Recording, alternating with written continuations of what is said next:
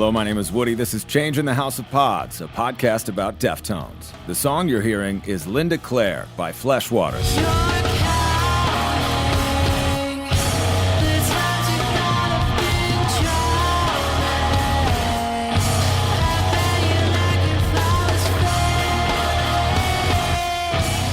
Fleshwater released a 3-song demo just prior to the start of the pandemic in 2020. That amazing voice belongs to MIRSY, my guest today.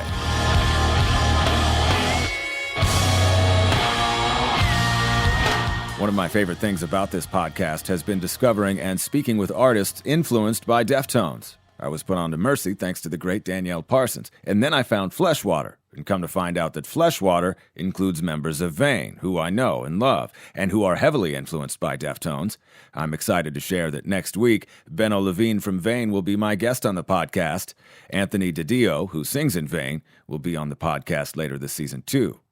Somehow, the universe brought MIRSY and I together on the 1-year anniversary of the release of the Fleshwater demo, so we spoke quite a bit about it and about Linda Claire, because I'm obsessed with that song, and because I'm head over heels in love with MIRSY's voice. I want to encourage you to dig into her solo releases. She's got a pretty eclectic mix of songs to choose from, but because we're all Deftones fans here, I think you should start with this one. It's called Not a Sound. I see them pushing you over now. No one's around, not a single sound. I won't let you cry. Yeah, you know what it is. Pretty dope, right? A Riviera sample? Well, we're going to talk about it today. We'll talk about her experience as a budding singer and songwriter and how she came to work on the first Dia De Los Deftones, too. This is my conversation with MIRSY. So basically, I am so sorry. My cat is doing things. Oh no, that's rad. Yeah.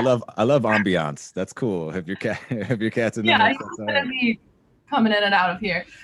So my boyfriend is actually in a band called Vane, and him and the drummer, he sings in the band. Him and the drummer started Fleshwater, I'd say like 4-ish years ago in their garage, in their basement actually. And they recorded all of the demos by themselves. And they were just working on Vane for years, and they never actually got around to like finding a vocalist for Fleshwater. And then when I was dating Anthony, he would show me the Fleshwater demos, and I was like, damn, these are cool. Like I would just blast them in my car with no vocals. And then I was like, just one random day, like years into us dating, I was like, can I just like record some ideas onto it? And he was like, I mean, yeah, go for it. No one's touching them anyway. So I recorded ideas, and then I sent it to them. They're like, yeah. They're like, yeah, let's just have you as a singer. It sounds, we like it like that. So I recorded, Anthony flew into town where I live, because they live in Massachusetts. I live in Los Angeles. They flew here, or at least Anthony flew here, and we ended up like just staying in my room for days and just recording all the vocals and getting it all done like as quickly as like a year ago this week. Wow. So you literally recorded it in a week and then put it out at the end of the week? We recorded all the vocals, I'd say, in like 2 days. Wow. That's so cool. We stayed in.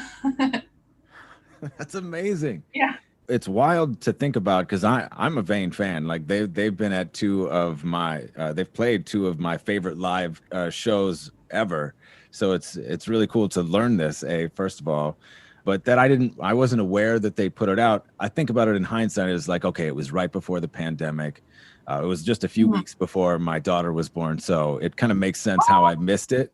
Yeah, but it's like, oh my gosh, the music is so great. And to hear that you sort of, I guess, reignited the whole, I guess, is it just the 3 songs? Are there more songs? What's going on? Now there's more songs now. We actually have a lot of demos right now, and we go through it. Sometimes we're like, should we just release more demos? We're like, no, we just go back and forth into thinking if we should go into the studio and record them legitimately or like release more demos, but we're going to go into the studio. That's cool. Do you have like concrete plans then to head into the studio? We do. They're focusing on getting the new Vane record out soon. So they're like really trying to like grind on that right now. But once all of that craziness is done, we're going to focus more on the Fleshwater album. Are you excited about what's coming out? The main record? No, the Fleshwater stuff. Your Fleshwater? Yeah. I'm like, yeah. The Fleshwater, yeah. I'm really excited about it. I like it a lot more than the demo. I mean, the demo I like a lot too, but it's a little different than the demo. So excuse me, the Fleshwater stuff just period is so much different than what you do on your own. Like your catalog it's electronic. It sounds like hip hop. It's really hip hop inspired, right? Like, can you talk about what you do as a solo artist? Yeah. So as a solo artist, I was in bands my whole life from when I was like 16 until right before I started MIRSY. And I was in a band when I started MIRSY, but I was also going to college full time to try and get my bachelor's, which was hectic. And I started MIRSY on the side because I was really into like the whole SoundCloud movement at the time, like Lil Peep and just like Goth Boy Click, Team Sesh, like all of that. So I tried working with producers in that field. I made a lot of friends through that community at that time. This was probably like 2000. Well, when I was in the band, started taking it seriously, probably like 2016. I started making a lot of friends through that, started working with more producers, and then when I met Anthony, he's a producer as well. So he was helping me out a lot with beats and stuff like that. So it definitely like pushed me a little bit more. And it's also, he's really inspiring. So little duo. So the band prior to that, what kind of music were you making before you started MIRSY? The band I was in right before, they were called, well, yeah, I don't know if they're still a band, but I'm not in it anymore, but they were called Grave School. It is like a garage rock band, kind of like, I'd say things that it kind of sounds like, not to compare it, but like in the realm of like Always and Pity Sex, like that. I mean, yeah, it's more like garage rock. Yeah, it's called Grave School. It's cool to hear, because there's so much difference in like the body of work that you have. While it's not a huge catalog, at least that I'm familiar with, it's still pretty eclectic. Like you've got a wide range of sounds that you're able to perform. It's unique. I think it's pretty cool. And I definitely want to know about Not a Sound, because I don't know if I've ever heard anybody do a Deftones sample before. Like that's crazy. Can you talk about that? Yeah, my friend Casey actually produced that song. He's in that band Harm's Way, and Harm's Way was on tour with Vane, and Anthony hit me up and said that his friend on the tour makes beats as well, and he sent me some of his stuff, and I was like, oh my god, it's so good. And he's like, he just made like this Deftones beat and it's sick. And so he sent it to me, and I was like, oh my god. And I recorded something on it like that day, and I just fell in love with it. But I love that it samples Deftones. I mean, I'm always afraid maybe I'll get in trouble for it, but hopefully not. Yeah, I was going to ask you, you probably don't have that cleared, but that's all right. That's okay. But if Deftones is watching this, or I don't know, their management, give me a pass. Actually, okay, that actually segues in. I actually worked for their management for a little bit. Oh, really? Well, not worked. I was an intern at Velvet Hammer, which is Deftones management, and it was really cool working for them and like kind of directly working with Deftones. Yeah. Tell me about that. Tell me about that experience. When were you doing that? What were you doing? Well, when I was in college, my major was music industry studies. So I had to have an internship. And I knew that Velvet Hammer had interns. And so I worked so hard to be an intern for them, because they have like Korn, Deftones, Smashing Pumpkins, like Alice in Chains, like, you know, all of the big heads. And I was like, I have to be an intern for them. So I worked hard. I got the internship, and it was awesome. I'm not sure who directly manages Deftones. I want to say like Jimmy or Mark, but either of them. But it was really cool working with them. They told me a lot of like things that they've done with Deftones. I mean, I also got to help with Dia De Los Deftones. Did you really? Yeah, which was awesome, because it was the first one. And we would go into meetings. They would have the interns go into the meetings and like help them discuss ideas for it. So I like threw in little ideas like a flower wall. Hopefully that was, I mean, I came up with that idea, but I don't know if that was directly my idea. Maybe it was someone else's idea too. But I remember them trying to have me hire someone for the flower wall. And just, I don't know. I went to Dia De Los Deftones because I got to work with it, and I thought it was so much fun. Dude, that's amazing. That's one of my two favorite concert experiences of all time was the first Dia De Los Deftones. That might be one of my most favorite weekends ever, like in my life. That was such a great day. I have pictures from Dia De Los Deftones on my desk. Is this your flower wall?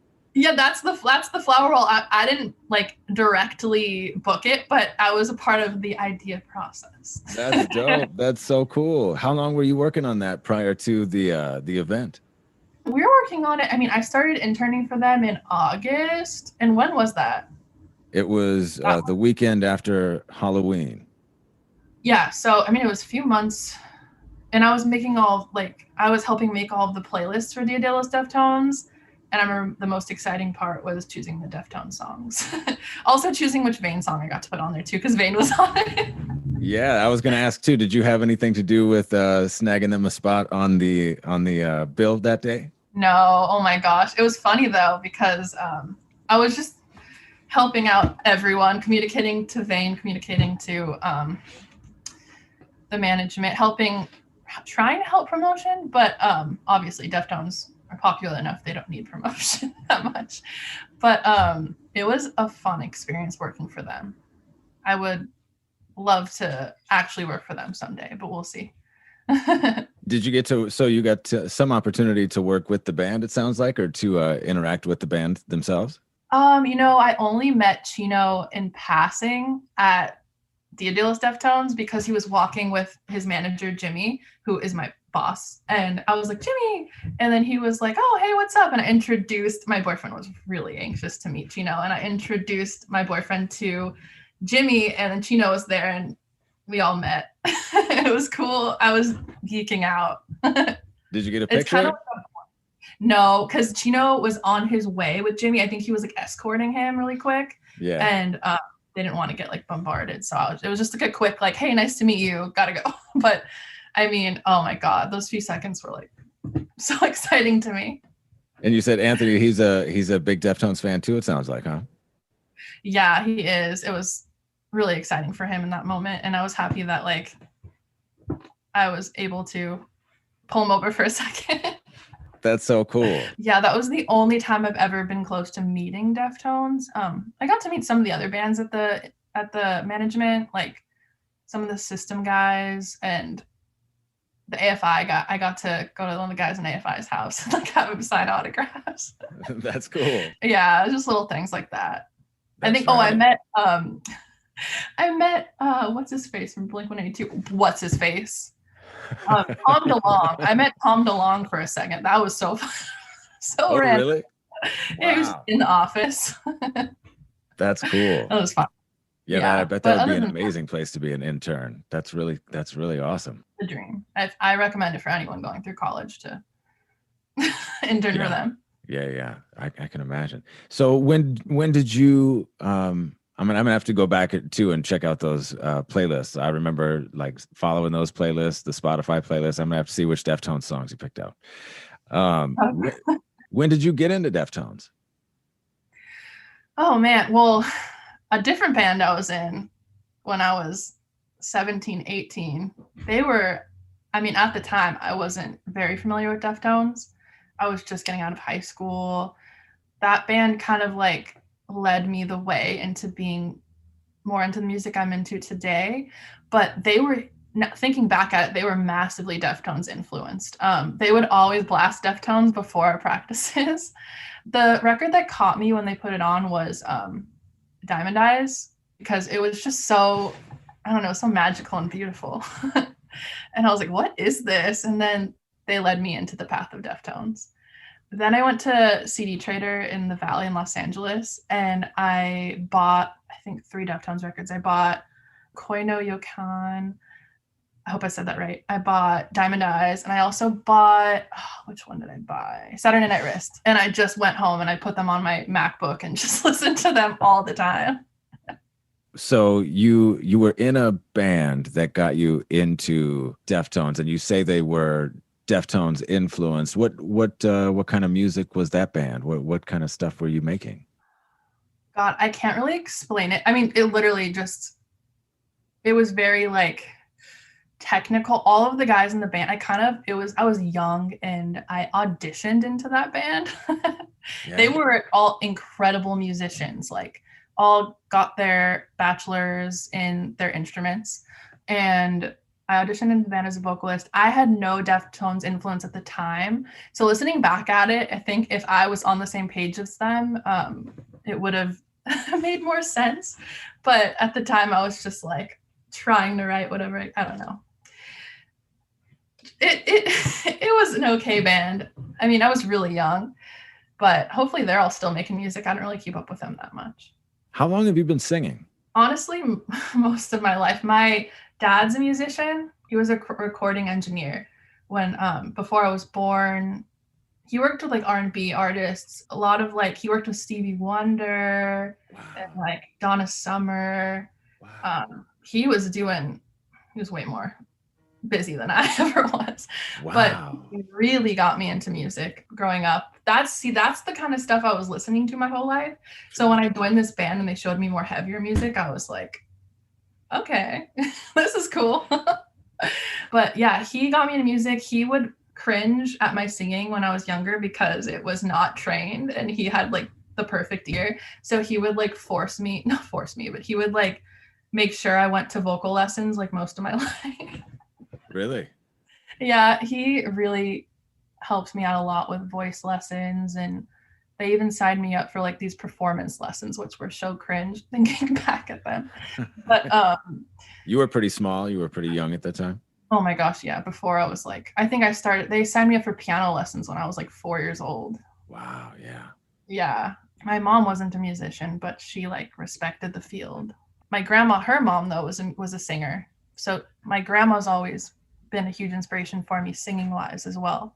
And then in college, when I was getting my bachelor's in music industry, they let me study underneath it classical singing.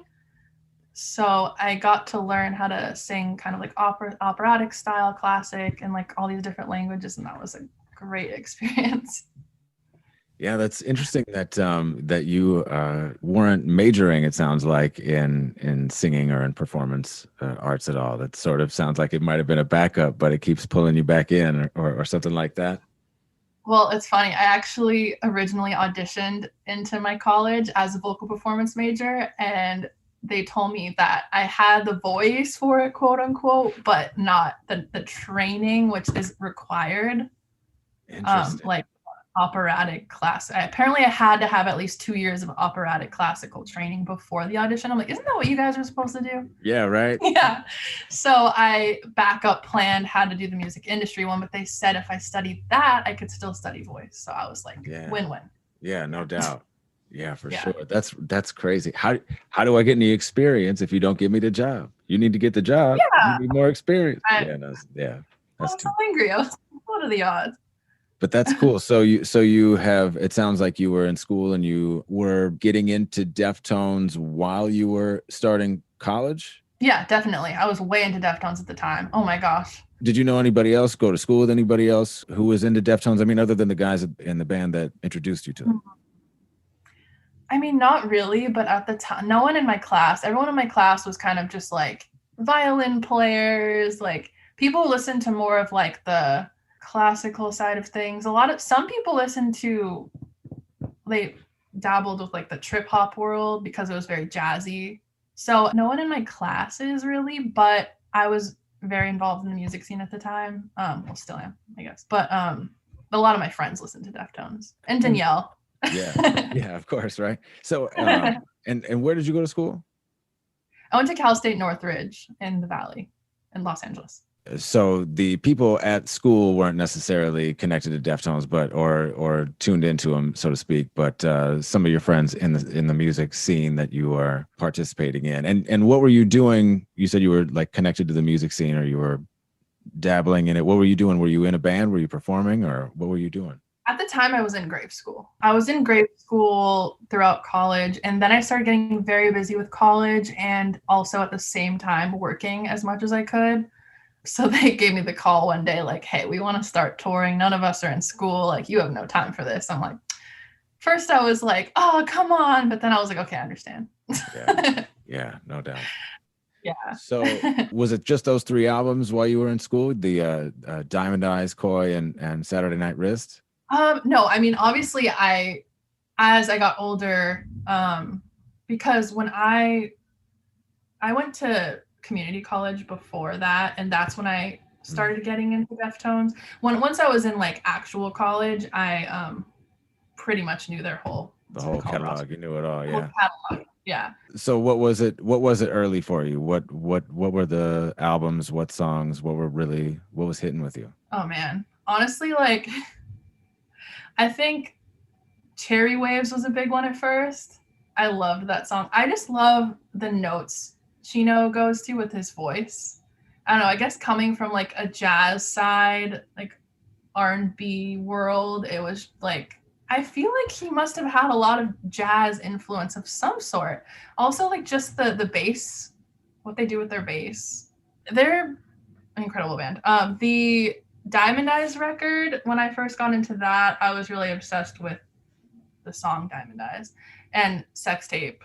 White Pony, I don't know. Which ones are your favorites? Like it's hard to narrow it down. No, it's always hard to what's playing is what's my favorite. You know what I mean?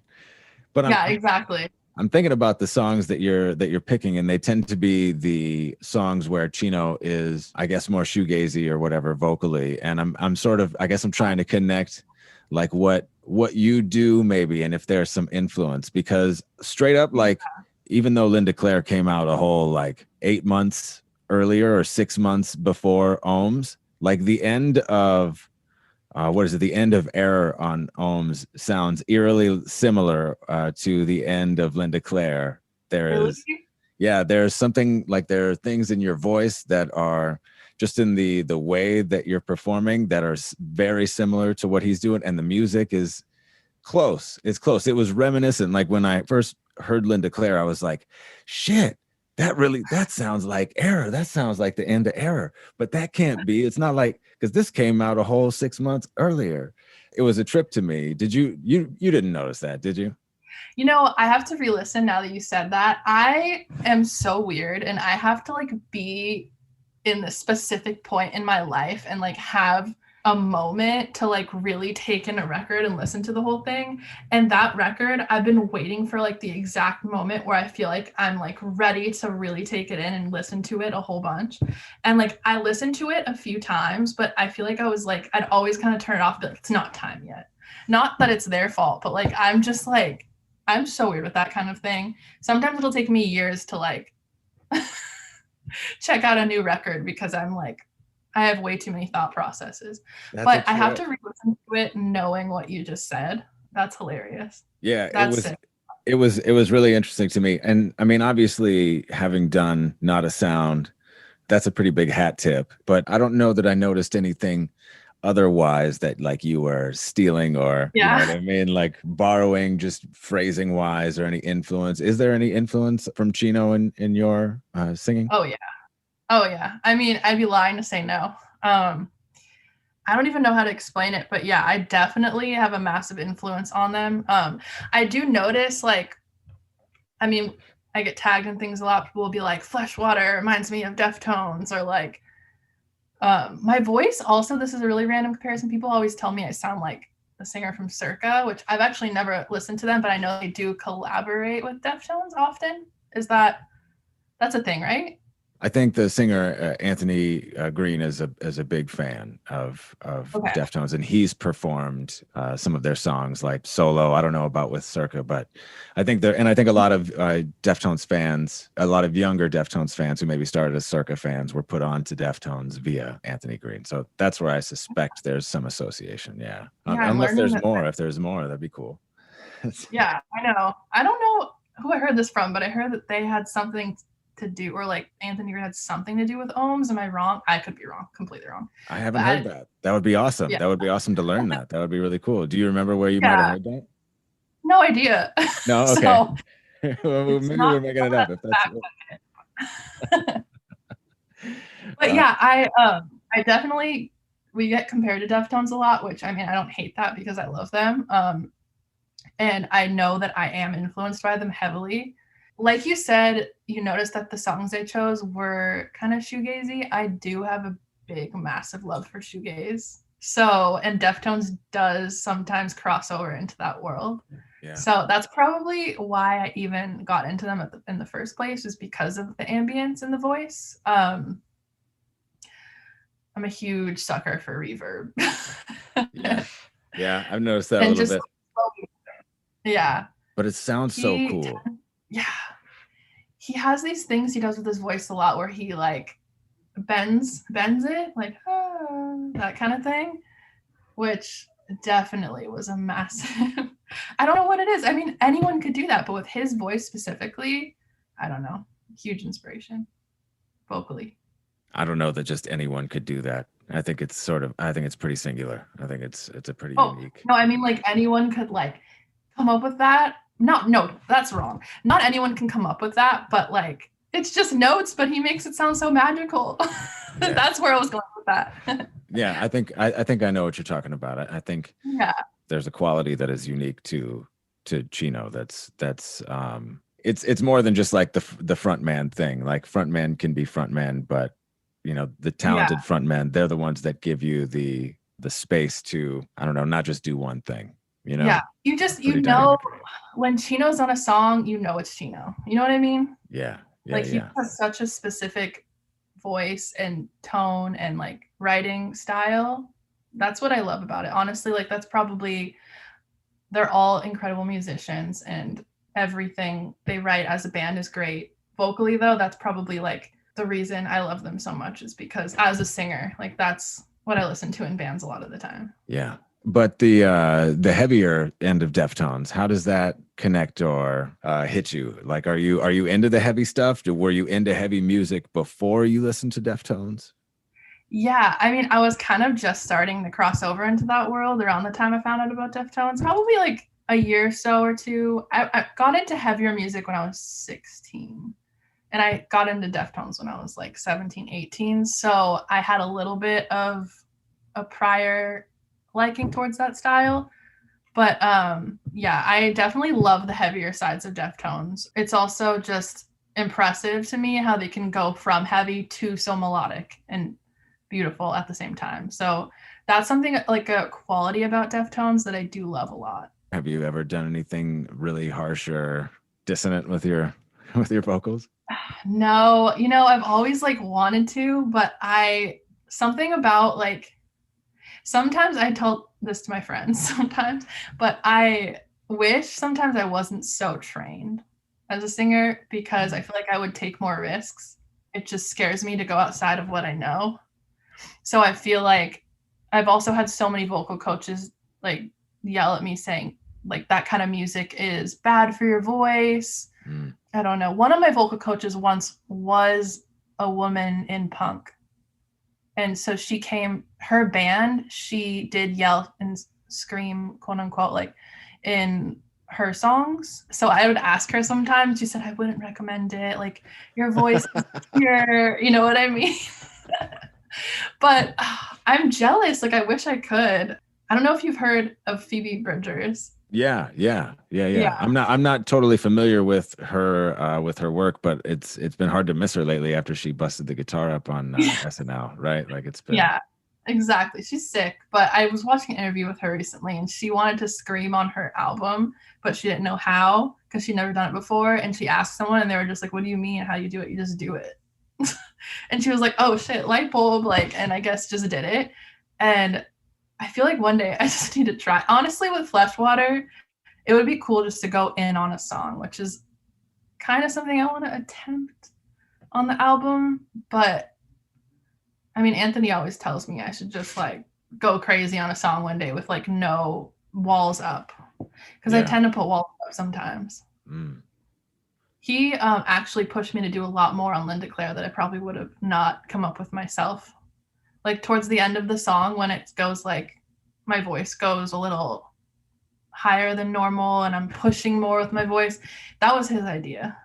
He was like, you should like hit these notes and like with this power. And I was like, oh, I don't know. But I tried and I ended up really liking it. So I want to like just try a little bit more with future stuff. I just gotta take my walk down. Chino, I'm gonna watch more videos of him to get inspiration. No doubt. Yeah. That's the part that I'm talking about too at the end with that's so similar to Error, where you could tell he's really pushing and trying to get over the top of himself, and it's layered. It's really cool, and it's so strange that it's even if maybe they aren't the same at all. To me, it was very reminiscent when I heard Linda Claire. I was like, oh my God, that totally reminds me of that song. That's such a trip. It's cool to hear, just as a fan of like hard rock music, to hear what you're doing on those Fleshwater tunes, as opposed to the stuff which I still am totally in love with that you have done just as Mercy. Like, because it's cool. Like I'm just a fan, and I'm into your sound. It's really unique. Oh, thank you. It's cool that you're a SoundCloud rap, or that you were a SoundCloud rap fan too. Did you hear Chino's feature, or that he's gonna be on a Trippie Redd song? No way. Yeah, Trippie Redd. I didn't hear about that. he I just saw it on probably on the Deftones subreddit, but he was I think Trippie was previewing songs from his forthcoming release, like on Snapchat or like in Instagram stories or something like that, and like played a chunk of the song, like his song with Chino, and it's really sick. It's really dope. Yeah. Okay, I'm not like super familiar with Trippie Redd's music, but any kind of like hip hop collaboration with Chino would be awesome. You know, it was really cool, the remix record. Yeah, did you like it a lot? I did. The first one I heard, I don't know if this was the first one that was released. I think it might have been, but the Purity Ring one, I liked that one a lot because Purity Ring has like some hip hop influence because they have a lot of like trappy sounds and like bass. And to hear that collaboration with the female vocals with him was sick. I love that remix record. Yeah, I'm also a really big fan of it. I loved to that point the Streetcar remix, because hearing him and Sarah from Fantagram and her singing those lyrics that, you know, I know from that song so well, it was cool just across the board to me to get every artist's interpretation of the songs, as opposed to like a regurgitation of the song. You know what I mean? Yeah, exactly. It was like, I mean, even the Robert Smith one, I was expecting to just hear Robert Smith sing like a Deftones song, but to just hear that he kind of just redid the entire song was just little brush strokes of Robert Smith. It's really interesting. It's really cool. And it's cool to see like all of the different artists. I would really love to know how that came together, like how each artist ended up being a part of that project. Like it's so unique. I know.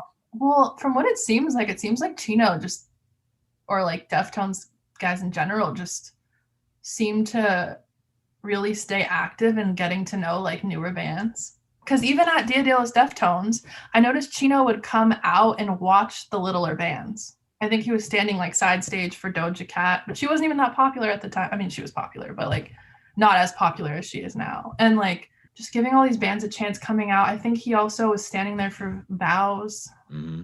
I was just like, he really cares about newer music. Yeah, which is cool. I think that's a big part of why they continue to evolve in the way that they evolve is their continued exploration, and like new music is, I think, really exciting to them because they probably explored the depths of the world with everything that's already out. You know what I mean? They're into new music. It seems like to me. Mm-hmm.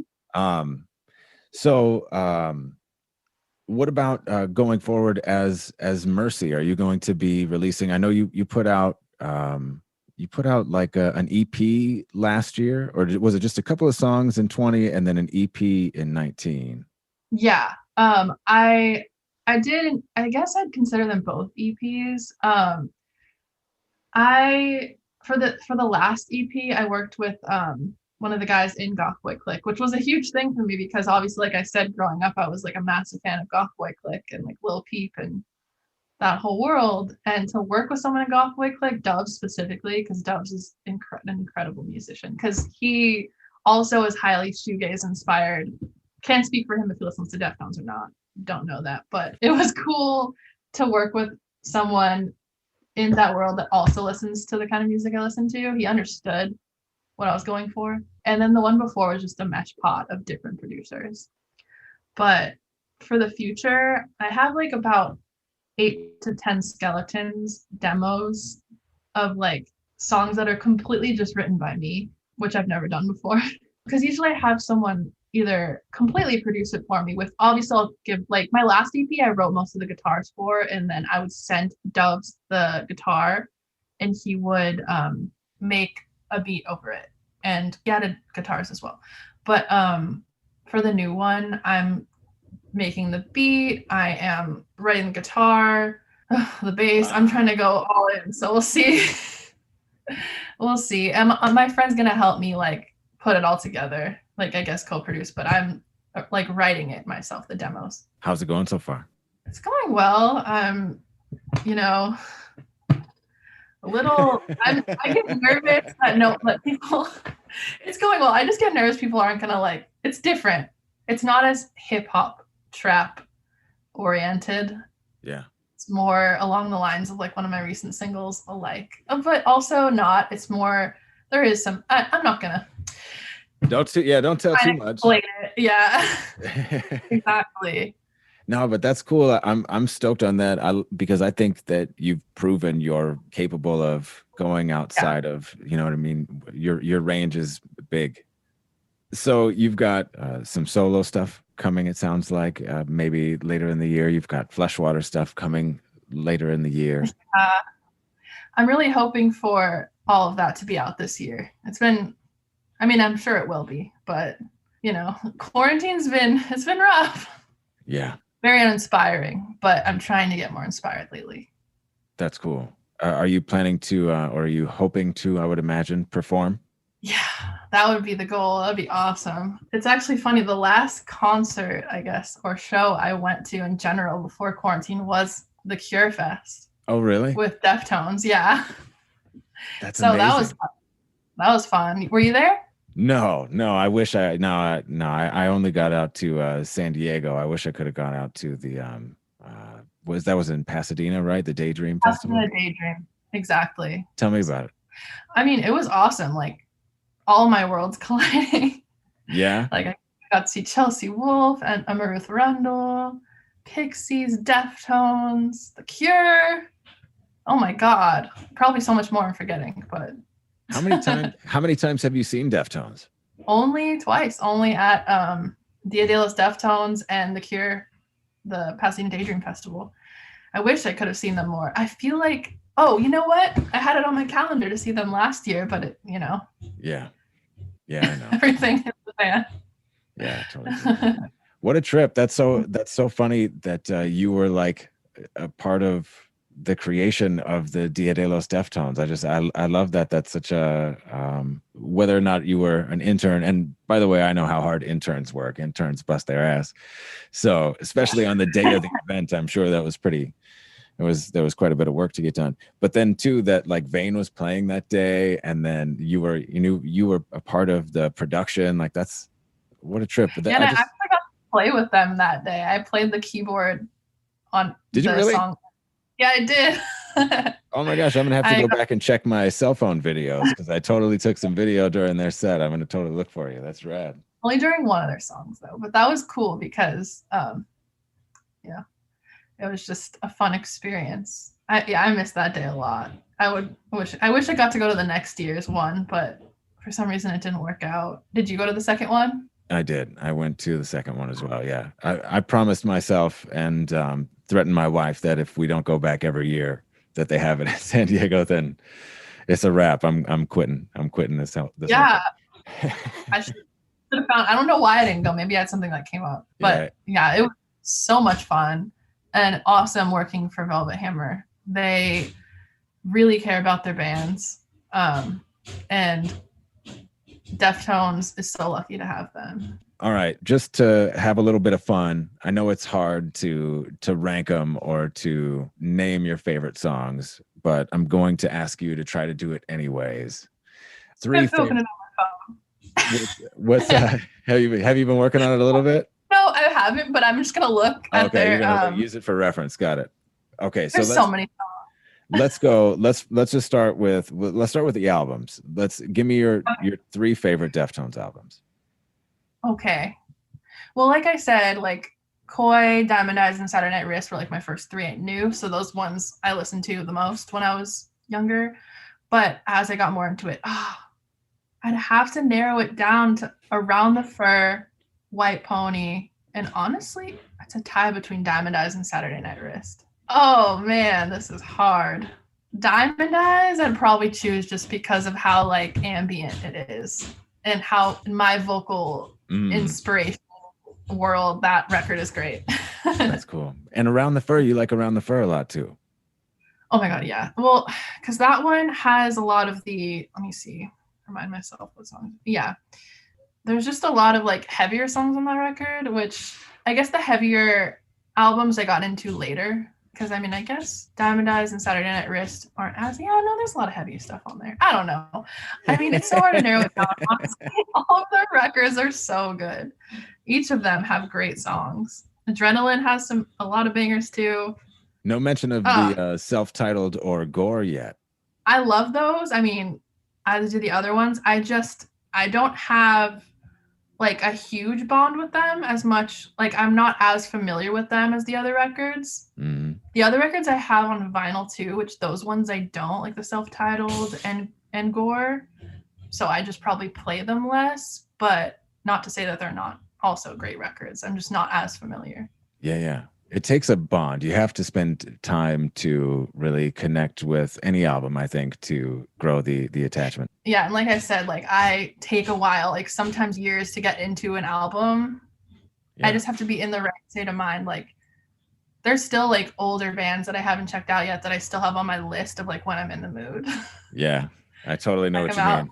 And there's a couple of them who I've tried to like go back into, and then I'm like, nope, not yet. And then I got to put it off another, you know what I mean, for another 9 years or whatever. Exactly. Right. So now, what about songs? What are your, if you had to pick 3 off the top of your head, no thinking? No, you could think about it. Honestly, Bored is great. Yeah. That one is so fun. Cherry Waves. That one's super vocally and music. I don't know. Great. Oh God. Why are you doing this to me? I know, right? It's so hard. It's like, oh, but what about that one? But then there's that. I know, I'm looking. Honestly, on Diamond Eyes, like Prince. Also, I'm sorry about the racket in the background. No sweat. Don't worry about it. Like I said, I like the ambiance. It lets people, when they're listening, they're like, oh yeah, there's shit is going on in the world. Getting my garbage disposal fixed at the moment. Hey, that's important. Yeah, it is. But probably Be Quiet and Drive. During quarantine, I moved to this apartment very recently, but my last apartment was over in Woodland Hills, if anyone's listening familiar with that area. But there's like Topanga Canyon, which leads to the ocean, and also has Mulholland Highway on there. So I would honestly listen to the Deftones a lot. I would drive around 6 p.m. right when the sun was going down, going through these canyons, and I would usually, my go-tos would be like My Own Summer, Be Quiet and Drive, like the songs that really drive, or even like Swerve City. You know what I mean? Like the songs that make you like feel like driving is fun. Totally. I totally relate to that.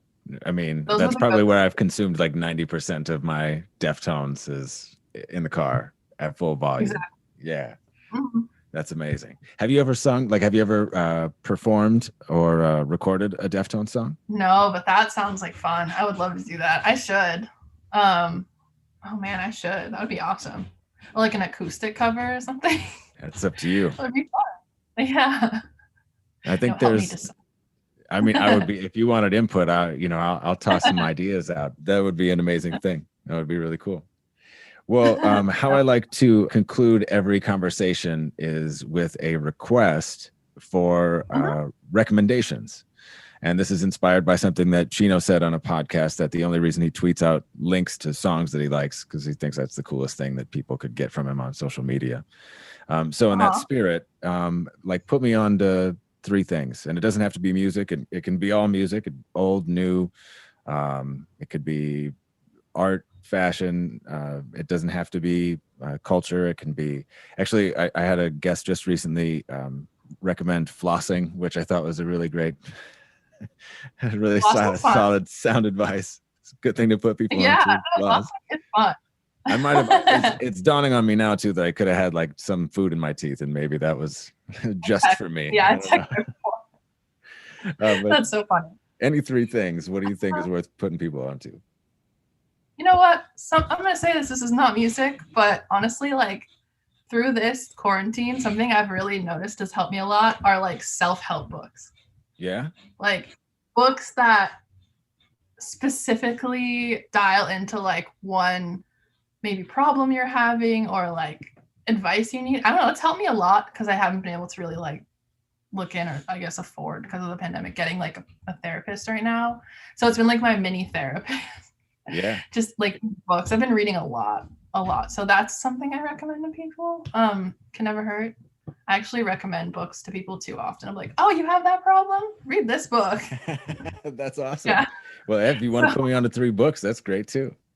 I love books. Man. I'm flossing my my book game. Well, part of my book game. I have read all of these over my. I bet a couple of them. Actually, one of them is a self-help book. It's called Relentless. Oh. By Tim Grover. He was Michael Jordan's trainer. Oh my God, that sounds like I'll probably read it. I just finished one called Laziness Does Not Exist. That sounds not true, but I would. Yeah. I could probably benefit from it. Yeah, that one was honestly recommend to anyone who like needs to talk about laziness. But yeah, self-help books. A band I've been listening to a lot, kind of on like the ambient side, but also like trip hop oriented, inspired. There's a band called the Belinda Butchers. Cool. Recommend that to people. Yeah, I know. I like the name too. I think that's awesome. Let me think of what else. Oh, also in a vaporwave sense, there's this artist called George Clanton. He also has like a vaporwave project called E-Spirit, but him and his fiance, she goes by Negative Gemini. They make incredible music, and I recommend them a lot. Oh, recommend them. Never seen them live. I've watched YouTube videos, put on great shows, a lot of energy. So highly recommend. I don't know that I've ever heard of vaporwave before. It's like in the world of, I'd say, trip hop. It's like borderlines with trip hop and elevator music. Trippy, weird, really? Yeah.